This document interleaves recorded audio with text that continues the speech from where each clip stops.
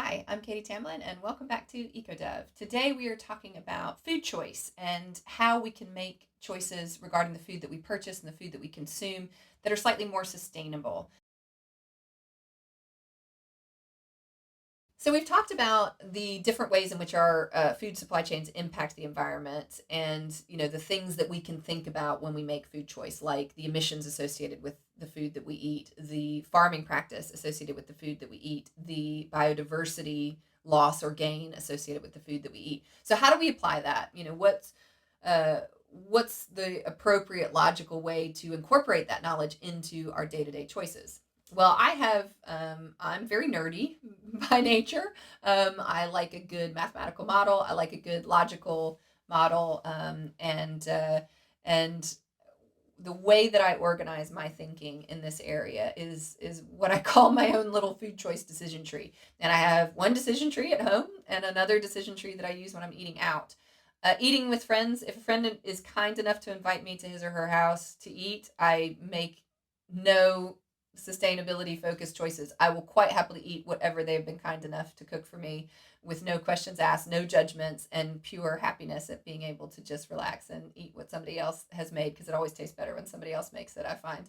Um, but when I have more control over the food choice that I make, I do try here and there to reduce my negative impact on the environment by making slightly more sustainable food choices. And then when I do indulge in the foods that taste great but also I know have more of a negative impact on the environment, I feel better about it. I can enjoy them. They're more of a treat than an everyday kind of a thing. And also I don't feel, I don't feel the guilt associated with it, because I know I've made up for it elsewhere by making good food choices when and where I can.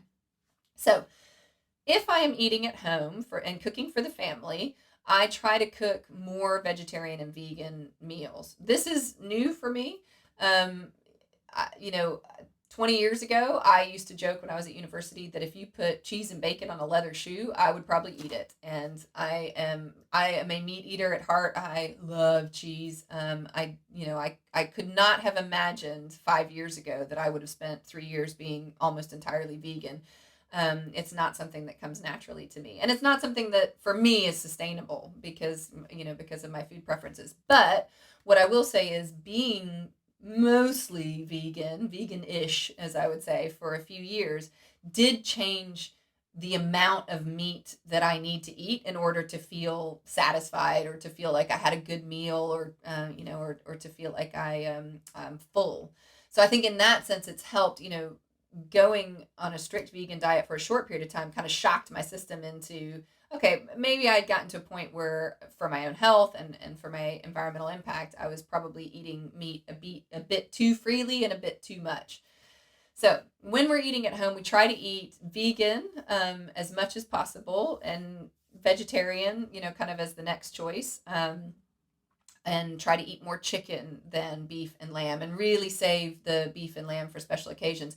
When we do eat chicken, beef, lamb, fish, wherever possible, I try to buy organic. And so what I try to do is have multiple meals in which the kind of main protein is pulse, lentils or beans. And then where that main protein is meat based, I try to save my budget so that the meat that I buy is higher quality and has less of a negative impact on the environment. So it's organically farmed, or at a minimum, even if it's not organic, because let's face it, organic standards are incredibly difficult to meet. There will be plenty of responsible farmers out there who have not achieved a fully organic standard. So where you can source locally, where you know where it's come from, that the farm is producing in a responsible way, I feel like that's often kind of a next best choice to organic produce, if organic produce is not available. So that's kind of my ethos. You can actually get organically farmed fish now these days as well, which I'm leaning more and more towards.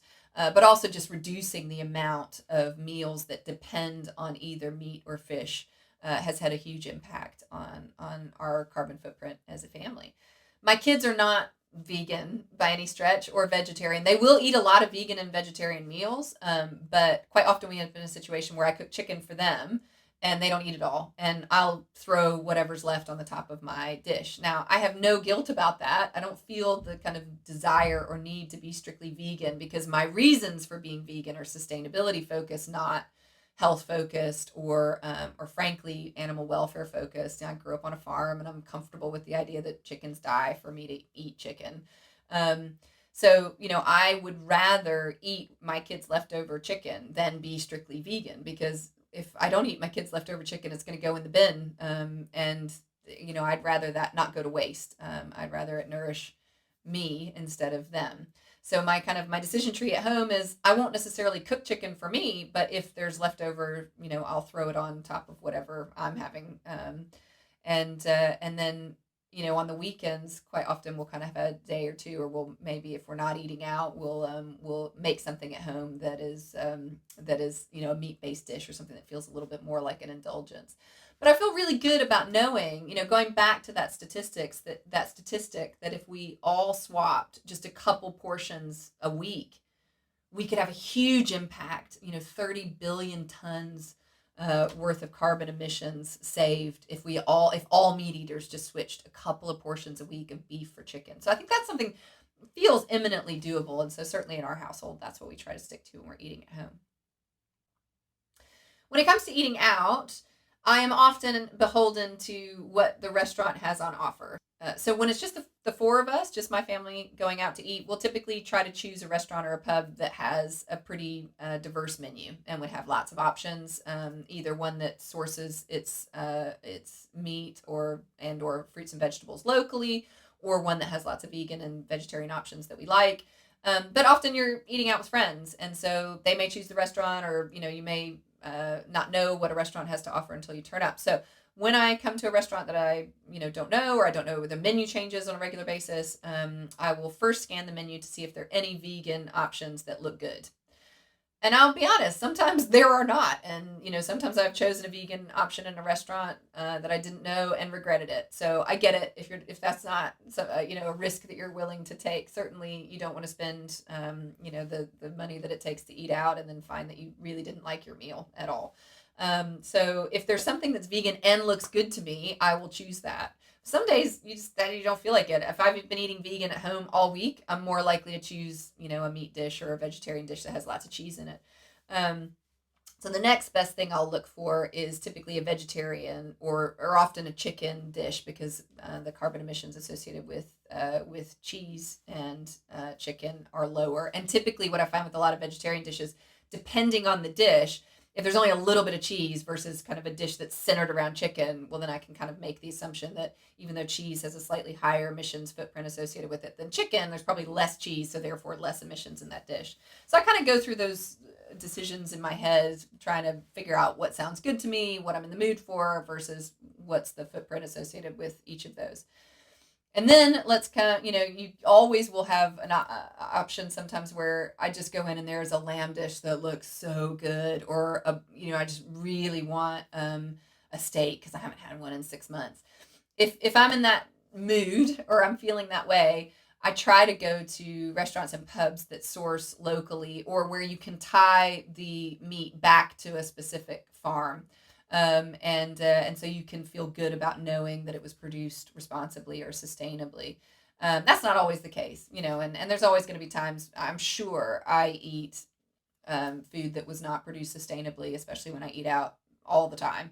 But this little decision tree is just a fun game I play in my head to try to think and just be more considerate of my food choices. And sometimes I ignore it completely just because I'm in the mood for a specific dish. And I don't know where it came from or how the food was produced, and that happens. Hey, what can you do? So I feel okay with knowing that compromise is out there because if I'm doing what I can when I eat at home, when I shop for myself, then I feel like it all comes out in the wash, and we just do the best we can. So there you have it. That is my sustainability food decision tree, and I appreciate you listening. Well, I hope you enjoyed this description of my food choice decision tree when bearing sustainability in mind. And thanks for visiting EcoDove.